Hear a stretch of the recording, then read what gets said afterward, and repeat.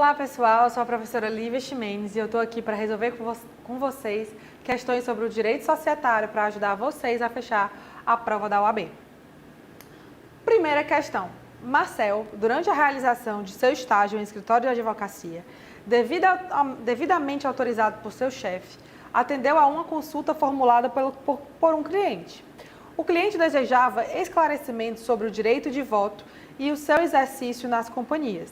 Marcel respondeu corretamente que, na eleição dos membros do Conselho Fiscal, o voto poderá ser múltiplo. Falso, gente. A gente não tem aí a possibilidade de votos múltiplos. O voto ele é unitário por quantidade de ações. B. Em caso de penhor da ação, somente o credor pignoratício exercerá o direito de voto. Falso, gente. Inclusive, quem exerce, regra geral, o direito de voto é o próprio credor, sem ser o credor pignoratício. Agora, entre o credor primitivo e o credor pignoratício, eles podem aí combinar essa questão de como é que isso vai acontecer. Mas em caso de penhor, somente o credor pignoratício estaria errado. Item C. Independentemente da espécie ou classe da ação, o voto é um direito essencial de todo e qualquer acionista. Falso, gente. Tem determinadas ações que não conferem direito a voto. Gabarito, então, correto, por exclusão. Item D. A qualquer espécie ou classe de ação é vedado atribuir o voto plural, que foi o que eu acabei de falar com vocês quando a gente estava lendo aqui o item A. Então, gabarito correto, item D de dado. Segunda questão. A respeito das diferenças existentes entre sociedades anônimas fechadas e sociedades anônimas abertas, assinale a afirmativa correta. A companhia será aberta ou fechada conforme os valores mobiliários de sua emissão sejam admitidos ou não à negociação no mercado de bolsa ou de balcão. Gabarito correto já está aqui logo no item A. As companhias abertas poderão emitir partes beneficiárias? Falso. As companhias abertas não podem emitir partes beneficiárias. O estatuto social de uma companhia fechada nunca poderá impor limitação à circulação das ações ordinárias, mas poderá fazer em relação às ações preferenciais. Falso, tá? Essa questão do nunca poderá. Em alguns casos poderão. Item D. As ações ordinárias e preferenciais de uma companhia aberta poderão ser de uma ou mais classes. Falso, certo? Somente aí as ações preferenciais. Terceira questão.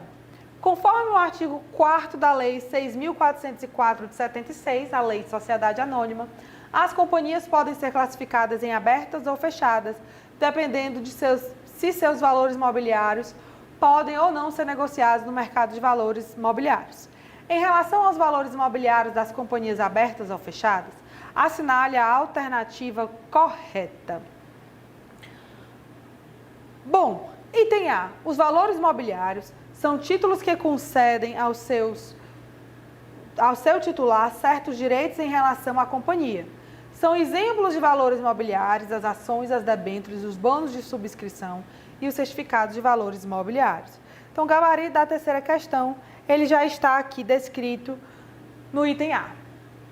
Item B. O mercado de valores mobiliários compreende bolsa de valores, o mercado de balcão e o mercado organizado. Para a companhia poder negociar no mercado de valores mobiliários, deverá preencher certos requisitos e obter autorização da Comissão de Valores Mobiliários e da Junta Comercial. Não tem essa autorização da Junta Comercial. Ela deve ser registrada na Junta, mas não necessariamente, não existe essa questão de pedir autorização da Junta. Item C. As companhias abertas, caso queiram negociar suas ações, devem sempre fazê-lo por meio do mercado de valores imobiliários. Ou seja, suas negociações serão sempre por oferta ao público geral. Falso, gente. Ela pode negociar, inclusive, fora da Bolsa de Valores. Ela pode negociar fora da questão dos mercados de valores imobiliários. Não precisa necessariamente ser dentro dos mercados imobiliários. Item D. Partes beneficiárias são títulos emitidos tanto pela companhia aberta quanto pela fechada, e que dão ao seu titular direito a percentual no lucro da companhia. Partes beneficiárias não pode ser emitida pela companhia aberta. E o conceito dela realmente é esse que se apresenta. Quarta questão. A respeito do capital autorizado, assinale a afirmativa correta. O Estatuto pode prever os casos ou condições em que os acionistas não terão direito de preferência para a subscrição? Verdade, certo? O Estatuto ele pode trazer essa possibilidade e informar com detalhes como é que vai ser esse direito de preferência, se vão ter ou se não vão ter. Tem B. A autorização para o aumento de capital só pode ser conferida à diretoria. Falso. Vai caber à Assembleia Geral de Acionistas ou ao Conselho de Administração. Item C. O Estatuto ele pode prever a emissão de partes beneficiárias ou bônus de subscrição dentro do limite do capital autorizado. Falso, gente. Não pode ter as partes beneficiárias. E item D. Somente os estatutos das companhias fechadas podem conter autorização para o aumento de capital social, independentemente de reforma estatutária. Falso, gente. Das companhias abertas também. Quarta questão, gabarito, então, item A. Quinta questão. A respeito das debêntures, é correto afirmar que as debêntures da mesma série terão igual valor nominal e conferirão aos seus titulares os mesmos direitos. As debêntures da mesma série, correto, item A. Item B, o pagamento das debêntures sempre serão estipulados em moeda nacional? Existem alguns casos que podem ser estipulados em outra moeda. Item C, a debênture não constitui valor mobiliário. Falso, a debênture constitui valor mobiliário. Item D, a companhia é obrigada a realizar a amortização das debêntures por meio de um único pagamento aos seus titulares. Falso. Esse pagamento, inclusive, ele pode ser parcelado. Quinta questão, então, item A. Sexta questão. A Assembleia Geral de S.A. Empreendimentos Turísticos, companhia aberta sediada em X, delegou ao Conselho de Administração a deliberação sobre a oportunidade de emissão, época e condições de vencimento de debêntures convertíveis em ações. Petrocian Participações Limitada, acionista minoritário, consultou seu advogado para saber da legalidade da deliberação. Com relação ao fato acima, assinale a alternativa que apresenta a resposta correta à consulta. A deliberação, gente, é válida, porque a deliberação sobre a oportunidade de emissão, a época e condições de vencimento das debêntures conversíveis em ações pode ser delegada ao Conselho de Administração. É uma função que o Conselho de Administração ele pode assumir. Então, tranquilamente, ele poderia deliberar sobre o assunto. Então, o gabarito da questão está aqui no item A. Sétima questão. As sociedades anônimas têm uma pesada estrutura, necessitando, assim, de vários órgãos para atingir seu desiderato, cada um com sua função específica. Um desses órgãos é a diretoria, sendo seus diretores efetivamente os administradores da companhia. Esses diretores possuem alguns deveres para com a sociedade empresarial e para com o mercado. Entre esses deveres encontra-se o disclosure, que é o dever de que o administrador tem para com o mercado de informar todas as operações em que a companhia estiver envolvida e que possam influir na cotação de suas ações, das debêntures e dos valores mobiliários. Aqui, gente, é como se fosse um dever da transparência. Tem que ser priorizada a transparência. Por isso que o administrador ele tem essa função de informar o mercado todas as operações da companhia tiver que possam modificar, interferir na cotação de suas ações, das debêntures e dos valores mobiliários. Sétima questão, então, item C. Oitava questão. A Lei das Sociedades por Ações estabelece responsabilidade para os administradores, membros do Conselho Fiscal e para o acionista controlador. A violação de tais deveres pode causar responsabilidade civil, penal e administrativa. Em relação aos devedores e responsabilidades dos administradores, conselheiros e acionistas, assinale a afirmativa correta. O acionista controlador é sempre o acionista majoritário, ou seja, aquele com maior número de ações na companhia, devendo usar o seu poder de controle para fazer a qualquer custo com que a companhia tenha uma maior margem de lucro. Falso, gente, ele não tem que fazer isso a qualquer custo. Ele tem que fazer isso desde que seja feito de forma sustentável, que não traga prejuízo para terceiros, nem prejuízo para os outros acionistas. Tem que ser uma atitude de ganhar lucro, mas de uma forma legal e estruturada, não é a qualquer custo. Oitava questão. B.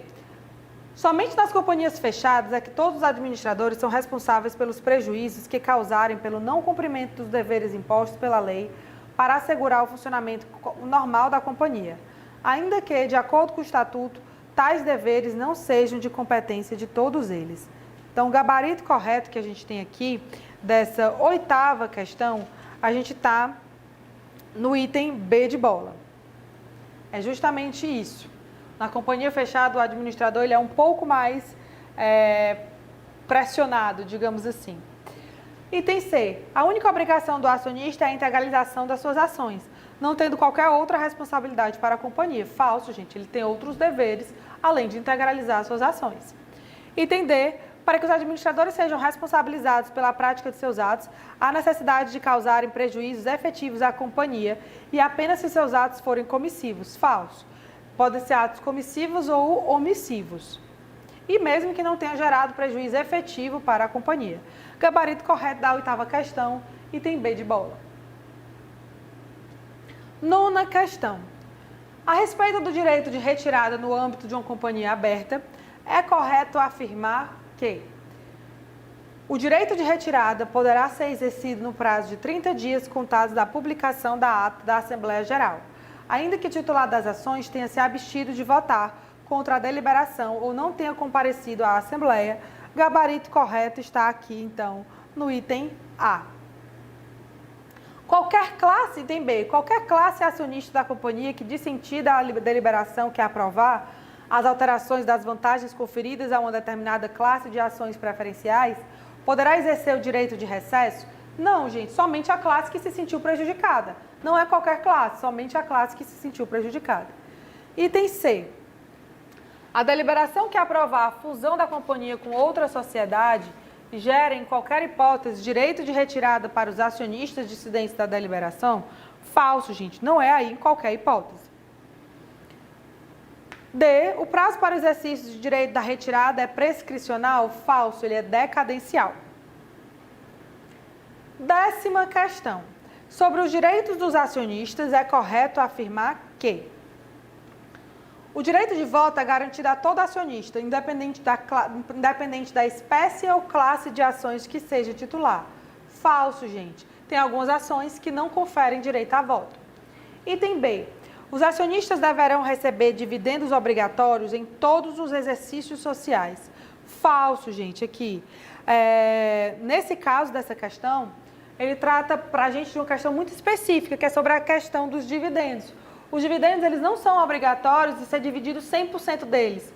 Pode ser que seja combinado que só uma parte deles será repassada. Então, essa questão ela ficou meio dúbia quando diz que os acionistas deverão receber dividendos obrigatórios em todos os exercícios sociais. Falso, porque pode ser convencionado de outra forma. C. O acionista terá direito de se retirar da companhia caso a cláusula compromissória venha a ser introduzida no Estatuto Social? Não, gente, ele não tem aí esse direito de se retirar da sociedade, da companhia, por conta desse motivo. Não é um dos motivos que está elencado na lei. E item D. O acionista tem o direito de fiscalizar as atividades sociais e, sendo titular de mais de 5% do capital social, poderá requerer judicialmente a exibição dos livros da companhia, caso haja suspeita de irregularidade dos administradores. Décima questão, gabarito D.